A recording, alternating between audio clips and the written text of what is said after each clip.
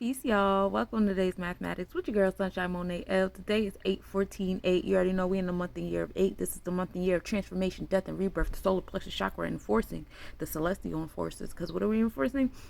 Our level of alignment with my heart. What's your internal law? What are you enforcing? Well, first we have to understand what we're understanding. Who is your authority? Right? 8 is the number of high highs and low lows. The goal is to be the homeostasis in the middle. Oya rules over the marketplace, the elders, and the witches. We are in a great place. All right. 8 also rules the sphere. 8, that's a Beck. That is the celestial technicians of classifications of organization, right? That's when we start dealing with Mercury. So this divine alignment of Scorpius, Mars, and Mercury is all about the 8s, you know?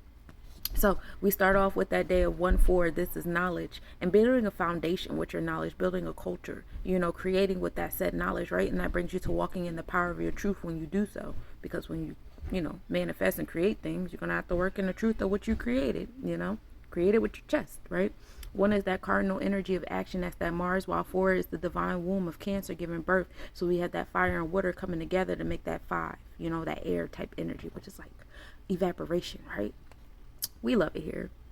We love it here. So we allow that 5, which is also associated with Hera Kahuti of the, enforcement energy. We put it to the 8, which is the celestial technicians of organization and classification. And we come up with the 13, which is karmic number, because a lot of us have a hard time of standing under our knowledge. We're always standing under things that are outside of us, people, places, things, books we read, something somebody told us or taught us, what we watched on the news, what our favorite social media influencer said, this, that, and the third. But when do you stand under what you know to be true?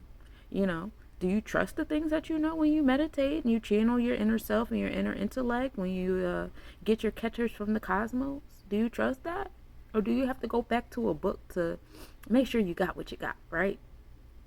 And that's why it's the karmic debt number for real. So that 1 and 3 come together and make 4. We're still going back into the divine womb. We're still in that space of creation and materializing things in our space, creating that sound foundation, building stuff on the square, right? Stability. Right? We love that stability, right? So we're going to take that 4 of stability and we're going to put it into the year of 8. This is the year of transformations, death, and rebirth.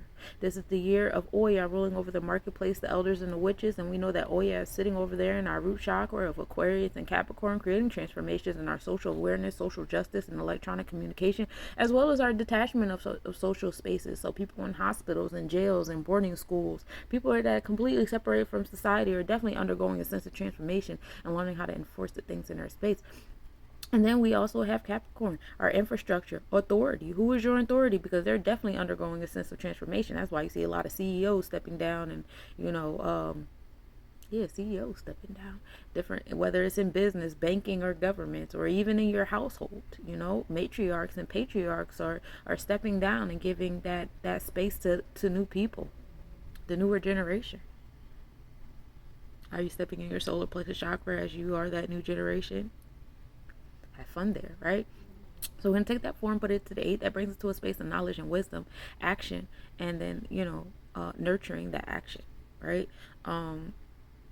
That's Aries and that's Taurus energy, So that's the fire and that's the earth, and materializing, prioritizing, space of love, nurturing. When we do that, it brings us to a space of understanding, right? Because you have that knowledge, materialize with that knowledge, or you have a sense of wisdom with that knowledge, which is like knowing how and when to use that knowledge. And it brings us to a space of discernment, of knowing, okay, I now know that in these spaces I use this knowledge, in this space I use that knowledge. And then, you become content with that. So today is a day of 3. Enjoy this day of creation. Ashe? Ashe. Okay. So we did the 5 into the 8 to make it 13, and then the 4 into the 8 to make 12, and then we put it to the 3. So let's talk about what astrologically, astronomically happening. We start the day off with a 67% waxing gibbous moon rising at 4:15 p.m. and setting at 12:12 a.m. We are in Sagittarius with a thought process. That is the 9, that is the sacral chakra, finding joy and abundance and expansion in all that you do. We are in Scorpius in the sidereal and Ophiuchus constellation. Ophiuchus giving us, the preventative health energy that we need in the 7th house of balance of interpersonal skills, interpersonal relationships, bonds, and contracts, also being ruled by expansion and abundance with Sagittarius. Sunrise at 6:10 a.m. and setting at 7:56 p.m. Mars and Jupiter in conjunction today at 12:50 p.m. Mars is 0.3 degrees north, minimal angle at 10:54 a.m. Observe at 5:34 a.m. with a 0.3 degree north-northwest separation. Mars is that cardinal energy. Jupiter is that expansion. We have the solar plexus chakra aligning with our sacral chakra. Find joy in enforcing your internal law. You know what I'm saying? Let Jupiter kind of like put you in a space of self-control without having to control other people. Let the oracle and sage guide your ambition and your motivation.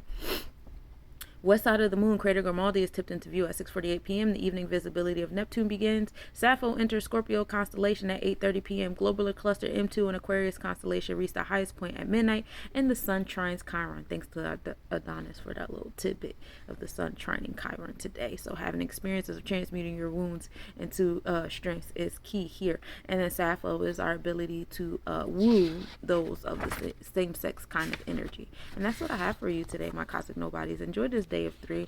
Enjoy the alignment of putting your solar plexus and your sacral chakra together. Ashe.